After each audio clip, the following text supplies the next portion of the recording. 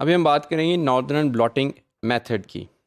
Northern blotting is the method which is used to label and identify any particular RNA sample on the nylon membrane।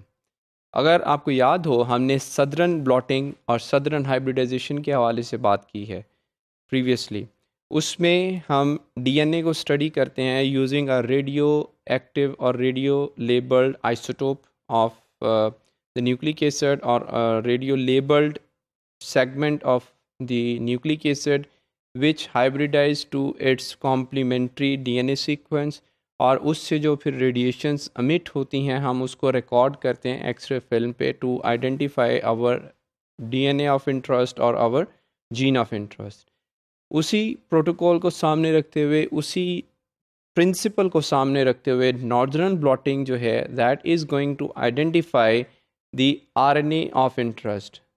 यहाँ पे अगर हम फ़र्ज़ कर लें कि हम एक जीन का सीक्वेंस, एक जीन का प्रोडक्ट है messenger RNA, let's suppose beta actin, हमें उसका सीक्वेंस का आइडिया है, इल्म है, हम उसका कॉम्प्लीमेंट्री प्रोब प्रिपेयर करें। प्रोब चूँकि रेडियो लेबल्ड होता है, रेडियो एक्टिवली लेबल्ड होता है, जब जाके वो कॉम्प्लीमेंट्री सीक्वेंस के साथ बेस पेयर करेगा तो उस वक़्त उस पर्टिकुलर पोजीशन से जब रेडिएशन एमिट होगी, we can record that particular radiation on the x-ray film and we can identify the position of that particular gene's product, that is messenger RNA, on the membrane where we fixed the RNA after electrophoresis।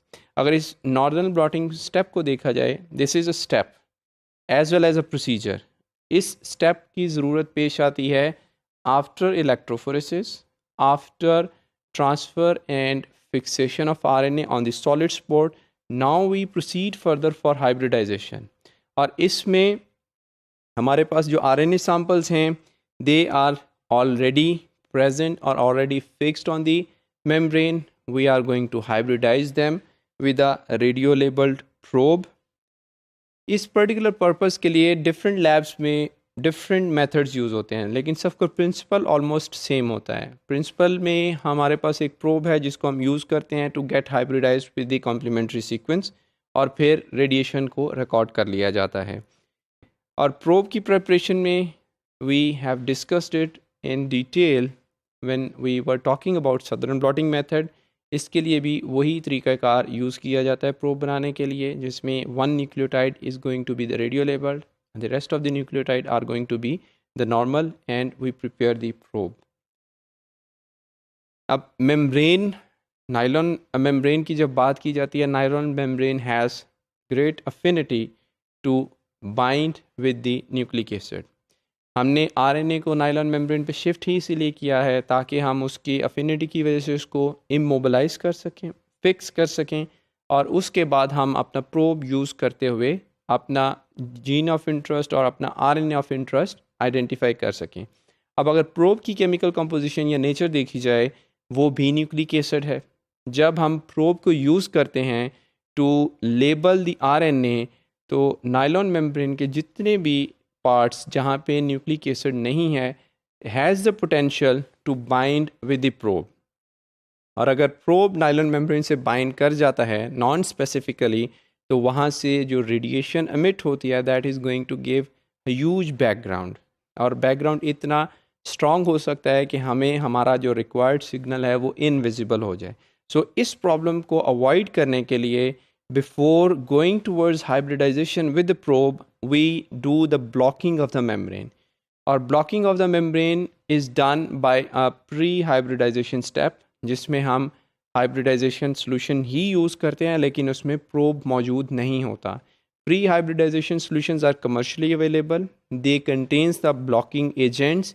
these blocking agents are going to block the nylon membrane so that unwanted association of probe with the membrane is no more possible। Then we proceed further with the hybridization। we simply add our probe into the pre-hybridization buffer and let it hybridize with the RNA molecule or RNA of interest for a particular time period, after which we have to proceed for washing। washing के लिए हम different strategies use करते हैं, different buffer की compositions different strength से use करते हैं, so that we can remove maximum of unwanted or adventitiously attached probe with the membrane. Once the washing is completely done, then we are ready to proceed further for taking our image, taking our results on the X-ray film by following the procedure.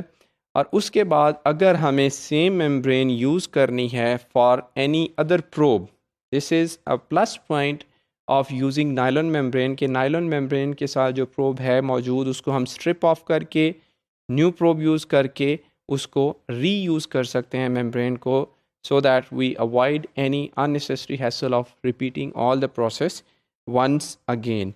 So this is going to be a series of steps which will be followed during northern blot hybridization.